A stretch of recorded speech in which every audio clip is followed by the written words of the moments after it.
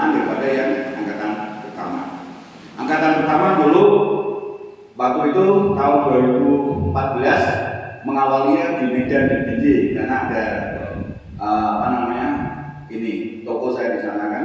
Saya meriset di sana, alhamdulillah di sana banyak yang sudah sembuh. Di Binjai hanya kita kembangkan di Jawa tahun 2013 sampai 2017. Dan di sini banyak yang terbantu kesehatannya. Di Boja di Makassar itu ada yang miom keluar darahnya dalam waktu seminggu sudah miomnya hilang. Terus kalau yang di Lumpuh itu sampai kulitnya bersisi kayak orang bule itu, alhamdulillah hanya dimandiin sama produk yang dulu itu sembuh. Nah, terus alhamdulillah Biorista ini lebih dasar Pak, lebih dasar daripada yang dulu. Saya bikin lebih dasar luar biasa. Karena apa? Penyakit itu makin lama makin membandel, betul nggak? Ya. Harus diceritakan yang lebih bandel. Kalau dulu flu aja bisa sembuh ya. Saya penyakitnya aneh-aneh macam-macam Pak. Ya. Oke. Jadi bapak-bapak ibu sekalian bahwa air biokristal itu mengandung berbagai hal. Jadi gini, air ya itu adalah bening, alpukat dan sebagainya, warnanya bening ada. Itu kandungan di dalamnya macam-macam Bapak. Ya. Jadi air yang kita minum dari tanah itu kandungannya macam-macam. Namanya adalah unsur anorganik, yaitu unsur yang nggak bisa diserap dalam tubuh. Nah, nanti kita buktikan. Nah, unsur organik itu tidak bisa diserap dalam tubuh dan harus dihilangkan. Kalau tidak, itu menyumbat di pembuluh darah otak belakang kita, menyebabkan kita ngantukan. Yang kedua, pusing. Karena bagaimana? Pak Gus sering pusing kan? Ya, atau mungkin tambah tua. Ya. Itu. Kita nyantai Pak, jadi nggak bisa. Betul. Bisa tegang Pak. Mati nggak bisa tegang ya artinya. Tenang aja. Jadi Pak Anwar kalau menyampaikan kadang-kadang dirasa beliau gitu. Jadi ini kalau pembuluh darah otak belakang kita tersumbat, oksigen nggak bisa naik, kita ngantuk. Yang kedua pusing, ya pusing, terus terjadi namanya nanti pembuluh darahnya bisa pecah. Karena apa? Penyumbatan daripada unsur organik yang ada di dalam air. Nanti kita buktikan. Ada unsur besi, mangan, terus lain-lain kimia. Sebab kita tahu ya istri kita, nyonya kita, kalau dia itu nyuci mesti airnya dibuang ke tanah. Nah, di tanah itu dia akan meresap ke bawah. Setelah meresap di bawah terjadilah air tanah, dia akan dihisap lagi oleh PDAM, oleh sumur-sumur kita, masuk lagi ke dalam rumah tangga kita sehingga kita masak. Ya seperti itu. Jadi kimia itu nggak bisa hilang, Mbak Yani, ibu-ibu. Benar nggak? Kimia bisa hilang nggak? Ya. Coba saya nanam styrofoam atau mungkin nanam plastik. Sayangnya nanti udah gosok, plastiknya nanti masih utuh loh kalau digali lagi. Betul nggak? Ya. Itulah kejamnya daripada bahan kimia. Akan kita buktikan nanti. Nah, saya membuktikannya adalah nggak kayak ini nggak apa-apa lah ya. Nanti satu-satu nggak bisa kan? Ekonya nggak. Jadi ini apa Pak? RW-an. Yang penting bahan-bahan. Jadi gini Bapak, biokristal itu adalah sebuah proses awal adalah menyediakan bahan bakunya, bahan baku untuk dibuatkan air sehat. Bahan baku itu yang sudah hilang, jadi kita proses 50% dibuang, 50% sudah bersih, sudah tidak ada kandungan logam apapun Pak. Itu baru air bersih, tapi belum ada manfaatnya. Karena kalau diminum itu belum ada manfaatnya, jadi hanya bersih saja. Air itu hanya bersih saja. Bahkan kalau diminum terus-menerus itu akan menyebabkan pengeroposan tulang gigi dan sebagainya kan itu ya. Ya, karena pH-nya terlalu rendah. Dulu waktu saya di Irian 4 tahun minumnya air hujan terus gigi saya habis karena tahu botol gitu. Karena minumnya air hujan kan pH-nya asam. Nah, kalau kita sering minum air terus itu biasanya koyoke mesti pegel-pegel karena pengeroposan tulang. Karena apa? pH-nya rendah. Dia mengambil kalsium, magnesium untuk menaikkan pH itu, Pak. Nah, pH darah kita 7,2. Ya benar lah. Itu kalau nggak dinaikkan, itu nggak ada proses untuk menaikkan, itu mengambil kalsium, magnesium dari semua organ tubuh kita. Makanya kalau minum terus-menerus RO itu bahayanya adalah akan perusakan organ tubuh karena magnesium dan kalsiumnya akan diambil untuk menaikkan pH dari 7, RO biasanya kan 5 sampai 6,5 lah, dinaikkan menjadi 7,2. Dan untuk menaikkan itu dia mengambil kalsium, magnesium dari tulang gigi dan sebagainya, sehingga kedepannya akan terjadi sakit, kerusakan jantung, ginjal dan sebagainya. Itulah kalau kita, tapi itu lama, bertahun-tahun Pak, bertahun-tahun. Oke.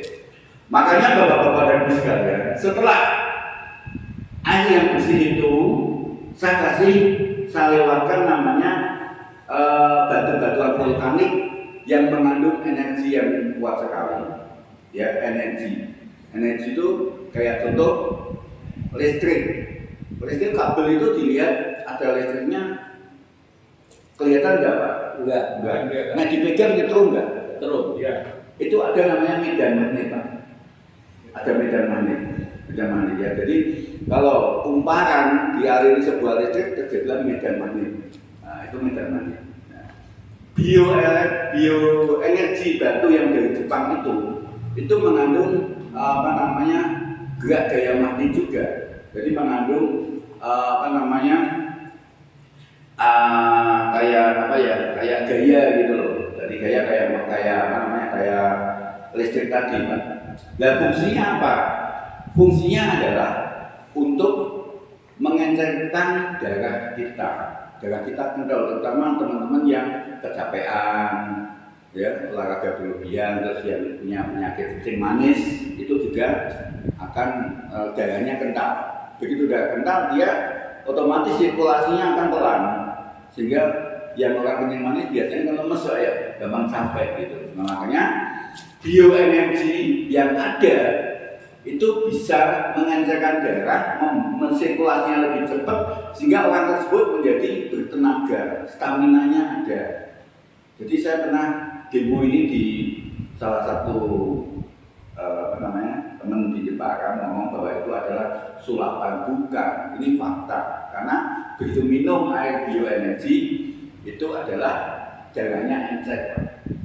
Darahnya encer, stamina akan pulih sehingga kekuatannya ada. Dan itu bisa memaksimalkan kekuatan kita, itu terasa. Yang kedua, dia bisa menaikkan imun.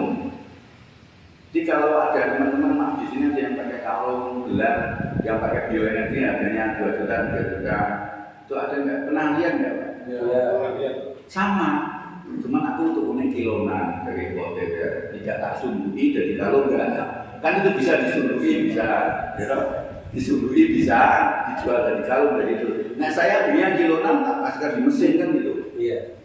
Nah itu nanti kalau sudah mulai jenuh 1 tahun hanya dicuci di PP, dia akan menyerap sinar UV jarak jauh itu namanya sinar infrared jarak jauh itu. Nah, itu akan terisi lagi itu kayak baterai ya Pak, kayak baterai saat itu kalau putih itu, makanya nggak akan habis punya mas pakai aja udah 8 tahun ya. 8 tahun asal masih tembus sinar, dia masih menyerap itu matahari, jadi masih awet gitu, seperti itu.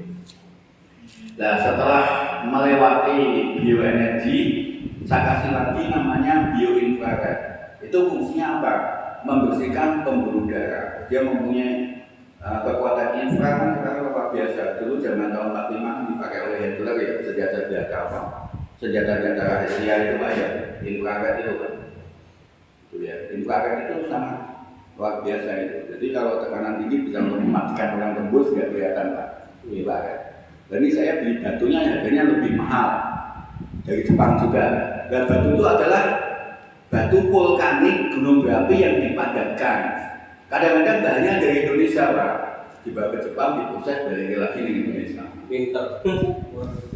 Dan Jepang nggak mau gunung sini, paling dibuatin Merapi dulu ini kembali lagi sudah jadi mahal lagi kan batunya. Padahal bahannya itu dari Indonesia, karena Indonesia kan banyak gunung-gunung berapi kan gitu. Nah, setelah batu vulkanik dipadatkan yang warnanya merah itu, dia fungsinya adalah membersihkan pembuluh darah, menghantam kotoran di batu ginjal. Makanya setelah minum ini biasanya orang 2 hari itu keluar gitu loh Pak. Itu sehingga terjadi apa? Pembersihan batu ginjalnya. Jadi tadi itu. Jadi setelah itu baru pH-nya kita naikkan Pak. pH-nya kita naikkan. Karena pH-nya masih 6,5. Itu nanti akan menyedot kalsium magnesium. Jadi pH-nya kita naikkan menjadi 8 sampai 9 Pak. Tapi pH lemah, enggak pH kuat. Kalau pH kuat nanti minum banyak-banyak jangan sakit. Kalau ini pH lemah, jadi kalau mau dihabiskan segini asal kuatnya akan memasalahkan gitu ya. Nah bedanya apa Pak antara pH kuat sama pH lemah? pH lemah itu, nah pH tubuh kita kan beda-beda. Terus 3,4 sampai 4 pH-nya. Darah 7,2, tulang berapa? Nah kalau pH itu yang kita minum nggak mau menyesuaikan kondisi tubuh, dia minum pasti akan merusak pankreas, lambung dan sebagainya. Kalau air biologis tadi enggak, begitu masuk ke lambung, dia akan bisa menyesuaikan tubuh gitu. Jadi sangat aman Bapak.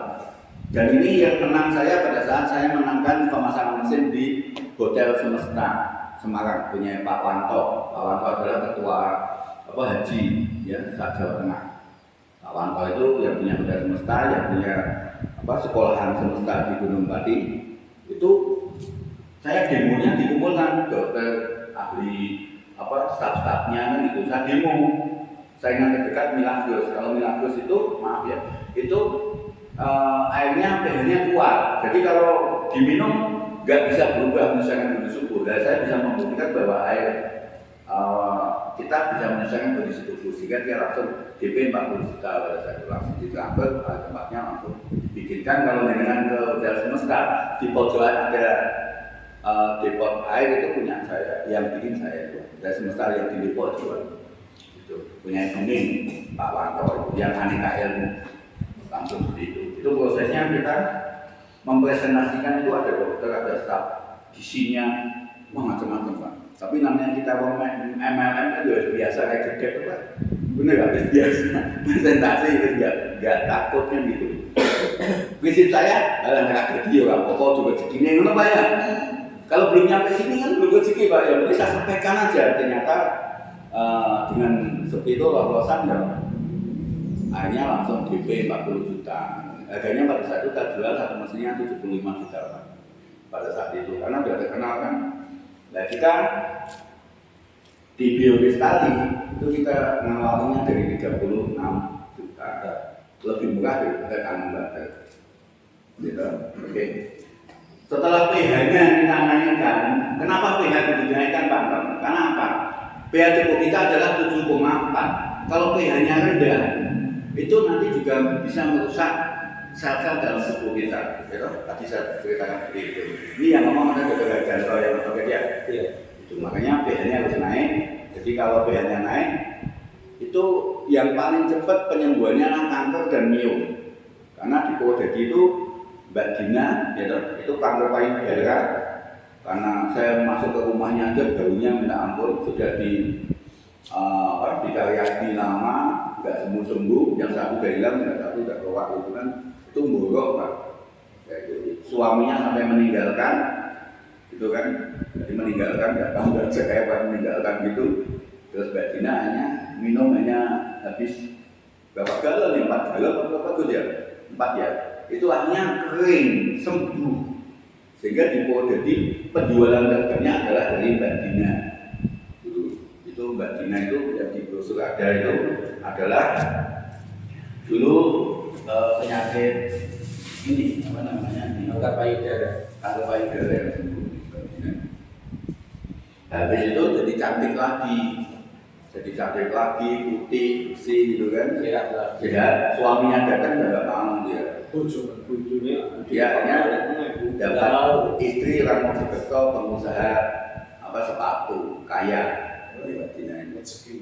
Nah, dulu disia-siakan Pak. Kalau saya masuk rumahnya di belakang Buris itu baunya nggak enak. Kalau kantor payudara baunya nggak enak. Tapi nggak apa-apa, saya tak lihat dulu gitu gimana. Ternyata sininya udah operasi, sininya udah mengoreng ya. Mengoreng. Cita-cita